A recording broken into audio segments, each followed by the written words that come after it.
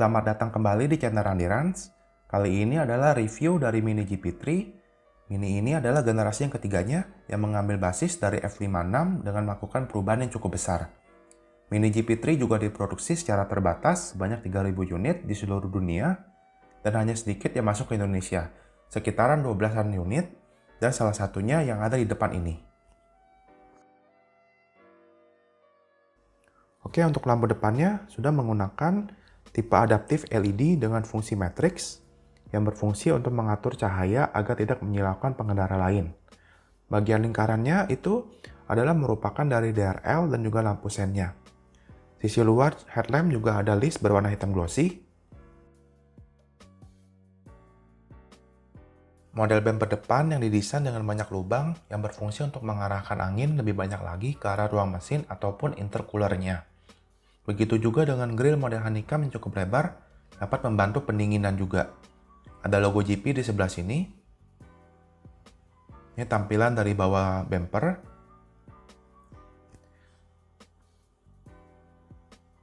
Di atas kap mesin juga terdapat air scoop tetapi lubangnya tertutup, tidak berfungsi untuk mengarahkan angin. Logo mininya ini berwarna hitam ya, berbeda dari pada logo mini biasanya. Lubang ini juga bisa berfungsi untuk pendinginan rem. Sekarang lanjut ke ruang mesin. Mesin berkode MP48 berkapasitas 2000 cc dengan twin power turbo yang menghasilkan tenaga 306 horsepower dan torsi 450 Nm. Tenaga dan torsinya itu disalurkan ke kedua roda depan melalui transmisi otomatis 8-speed Steptronic dengan limited slip differential. Ini strut bar untuk menambah rigiditas pada sasis. Kap mesin membukanya dengan cara hidrolik ya. Bagian bawah kap mesin sudah dicat dengan sewarna bodi dan ada peredam kecil di tengahnya.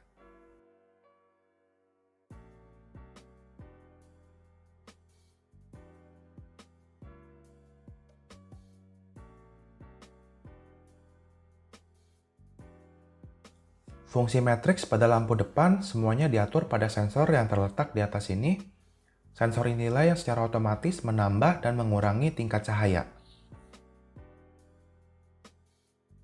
Terlihat di fender ada angka 87, dimaksudkan angka 87 itu merupakan dari urutan produksi pada mobil ini. Dan ini merupakan over fendernya ya, berbahan carbon fiber reinforced plastik, berfungsi untuk menambah aerodinamika pada mobilnya. Hasil karbonnya benar-benar bagus dan rapi, gue suka banget sama jenis karbon ini. Menggunakan velg alloy berukuran 18 inch dengan kaliper 4 piston dari John Cooper Works, velg dengan PCD 5, dan seperti yang kita lihat murnya ini ada yang berbeda satu, itu merupakan salah satu dari lock nutnya yang membukanya harus ada kunci khusus. Ban menggunakan Hankook, tidak bisa sembarang ditukar untuk arahnya karena ada tanda outside seperti ini.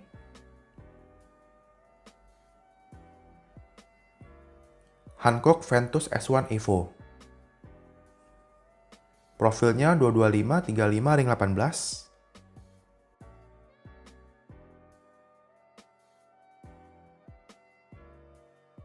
Radiator tidak hanya di tengah, tetapi berada juga di sebelah kanan kirinya dan bentuknya lebih kecil. Ada list simple yang berwarna merah di bawah pintu. Ini merupakan ciri khasnya juga dari Mini GP3.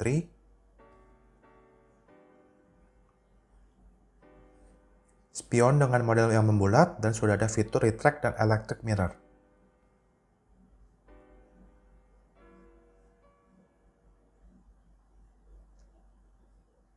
Bagian atas mobil dengan warna yang lain yang menjadikan mobil ini dengan dua warna. Terdapat fender karbon juga di samping belakang, seperti yang depan. Velg belakang berukurannya sama dengan velg depan, tetapi untuk kalipernya ataupun rem disknya ini ukurannya lebih jauh lebih kecil dibandingkan yang depan. Tapi untuk pengereman tetap pakam.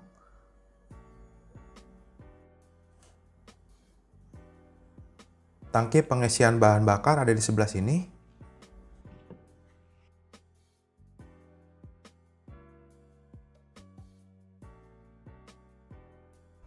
Khusus varian GP, spoiler yang dipakai berbeda dengan Mini lainnya, dengan bentuk yang lebih besar karena butuh downforce yang lebih pada saat kecepatan tinggi. Dua lubang inilah yang mengalirkan anginnya.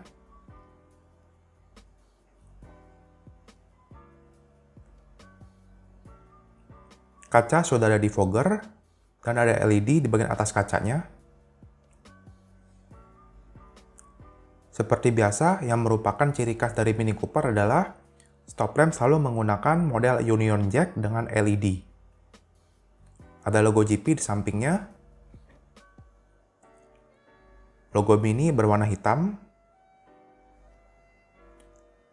Untuk desain bumpernya tidak tanggung-tanggung karena menggunakan model diffuser di bagian bawah yang digabungkan dengan model stainless steel exhaust yang membuat tampilan lebih sporty.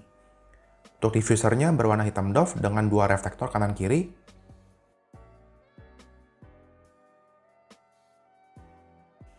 Kita lihat dulu bagian bagasi belakang. Jok penumpang tidak ada, hanya ada dua seat di bagian depan, bertujuan untuk meningkatkan power to weight untuk kebutuhan performa. Ada logo GP di sebelah sini. Anti-roll bar di bagian belakang untuk memperkuat sasis pada saat bermanuver tinggi.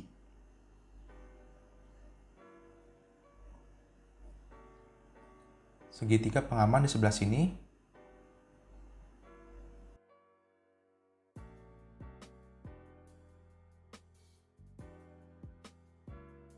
Di dalam hanya ada tire repair kit, tidak ada ban cadangan.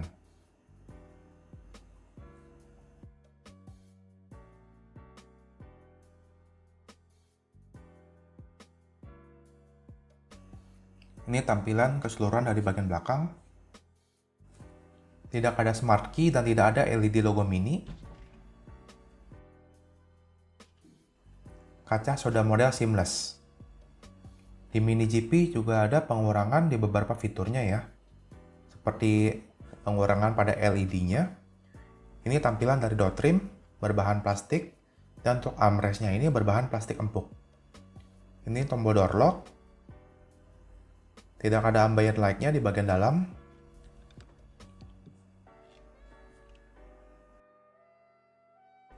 Tombol power window dan juga electric mirror serta retract.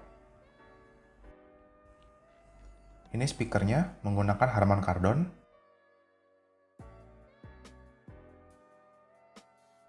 Jok dengan model bucket seat yang menurut gue sangat keren desainnya, apalagi dengan kombinasi warna yang pas. Untuk bahannya memakai dinamika sweat. Di sebelah sini adalah pengaturannya untuk naik turun, memaju mundurkan senderan, dan ada side airbag. Seat belt-nya berwarna merah, lebih berkesan sporty, logo GP yang kecil. Ini bahannya ya, terlihat halus.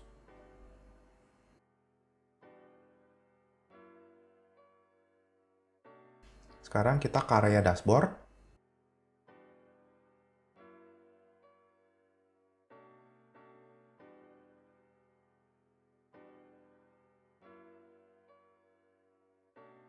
Tampilan speedometer juga sudah berbeda.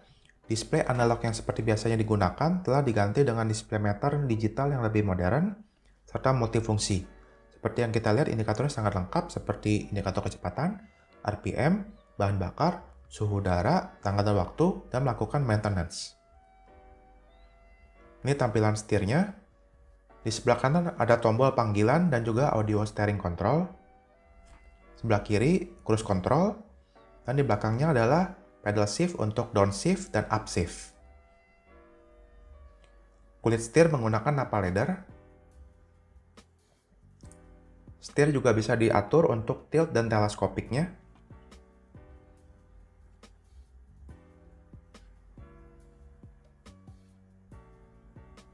Di kanan ada tuas untuk pengaturan wiper. Sebelah kiri untuk lampu sein. Dan semuanya sudah auto. Semuanya adalah pengaturan headlamp. Headlamp sudah auto. Sebelahnya untuk headlamp leveling serta dimmer. Dan reflektor belakang. Kisi-kisi AC. Lubang OBD dari sebelah sini.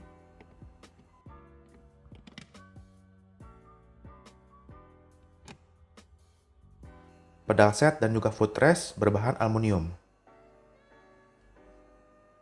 Kita cek dulu untuk sun visor. Sun visor hanya ada kaca dan tidak ada LED. Lampu kabin juga masih biasa ya, tidak ada ambient light, belum LED juga. Spion tengah auto dimming. Bagian penumpang juga hanya ada kaca. Sekarang ke bagian head unit. Pertama-tama ke menu mini connected. Di sini bisa terhubung dengan sistem infotainment melalui Bluetooth ataupun koneksi kabel USB. Dan setelah terkoneksi secara real time, kita akan mendapatkan informasi pada mobil kita. Menu My Mini berisi status kendaraan dan profile driver. Semua kondisi kendaraan kalian bisa lihat di sini, seperti cek level oli, memonitor tekanan ban, dan servis yang dibutuhkan.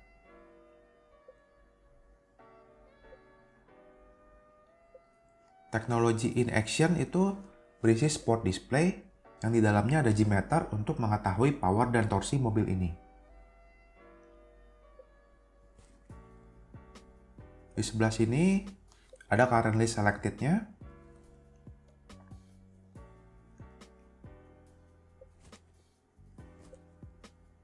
Traffic information berisi informasi pada saat perjalanan seperti konsumsi dan rata-rata bahan bakar. Owner's Handbook berisi panduan untuk pemiliknya.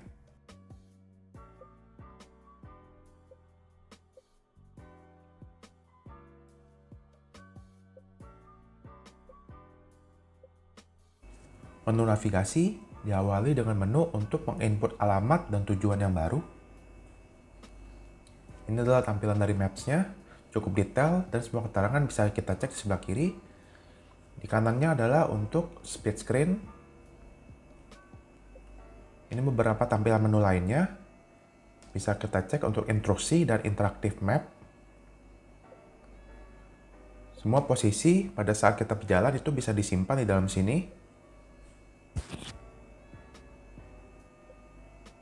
View Maps-nya juga kita bisa ubah sendiri sesuai yang kita mau.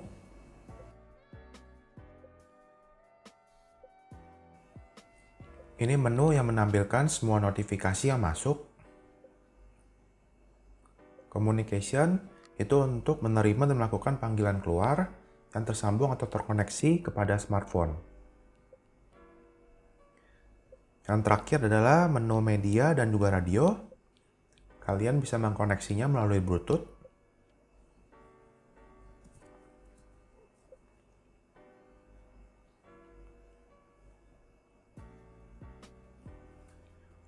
Menu untuk menampilkan atau memilih siaran radio. Dan 6 memori slotnya. Di bawah adalah untuk engine start-stop. Pengaturan AC. AC juga sudah dual zone dan juga auto. Pengaturan defoggernya di sebelah sini. Tombol stability control dan juga auto start stop. Ada power outlet dan juga colokan untuk kabel data, 2 buah cup holder, mode transmisi masih sama dengan varian lain, trackpad dan juga menu shortcut untuk head unit. Ini adalah armrest sekaligus wireless charging di dalamnya. Ada speaker dan bisa diangkat seperti ini. Ini model handbrake, masih yang sistem tarik, belum hold brake. Bahannya cukup empuk ya armrestnya dan juga berbahan leather asli. Sekarang kita lihat dulu ke sisi penumpang.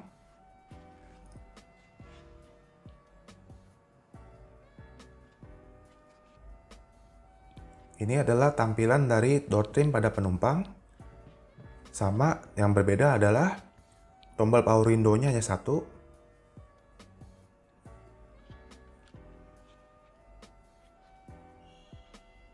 Ada serial number-nya juga di sisi dashboard. Kita cek dulu untuk konsol box-nya.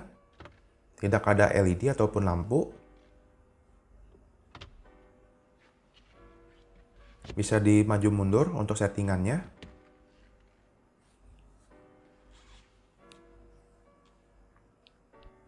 Oke, sampai di sini dulu video ini. Terima kasih bagi yang sudah menonton. Ditunggu untuk video selanjutnya ya.